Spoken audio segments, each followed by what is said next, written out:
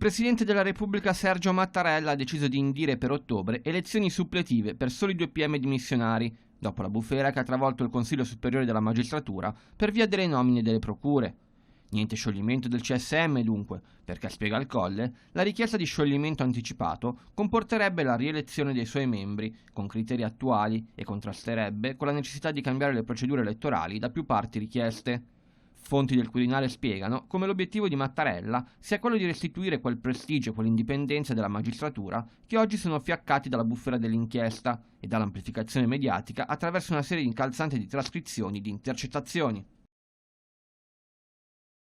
Le parole dell'ex presidente di Regione Lombardia Roberto Maroni sul reddito di cittadinanza. Molte cose sono condivisibili, tutte le questioni e le misure sulla sicurezza e alcune in materia economica, quota 100 e la flat tax, anche se possono essere migliorate, altre no, onestamente non sono condivisibili non solo da me ma dal mondo delle imprese del nord, dei ceti produttivi del nord, come il reddito di cittadinanza, i soldi sprecati. Detto questo, mi pare che il governo andrà avanti, non c'è crisi, le elezioni hanno rafforzato la posizione di Matteo Salvini, che mi auguro utilizzi questo rafforzamento non per avere qualche ministro in più, ma per fare le cose concrete.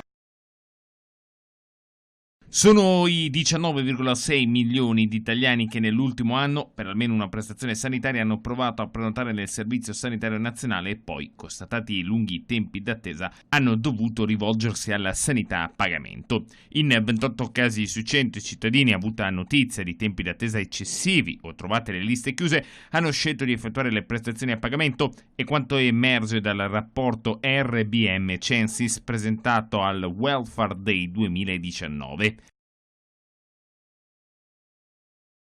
60.000 euro per educare i giovani alla sicurezza in rete. Regione Lombardia ha approvato lo schema di convenzione con l'Ufficio Scolastico Regionale per i progetti finalizzati alla prevenzione e il contrasto al fenomeno del bullismo e cyberbullismo. Per il triennio 2019-2021 proporrà l'edizione 2, 3 e 4 dell'Hackathon regionale, rispetto e sicurezza in rete, quali soluzioni, la parola agli studenti. Il contributo della Regione Lombardia per l'attuazione del progetto è di 60.000 euro, ripartiti in 20.000 euro all'anno.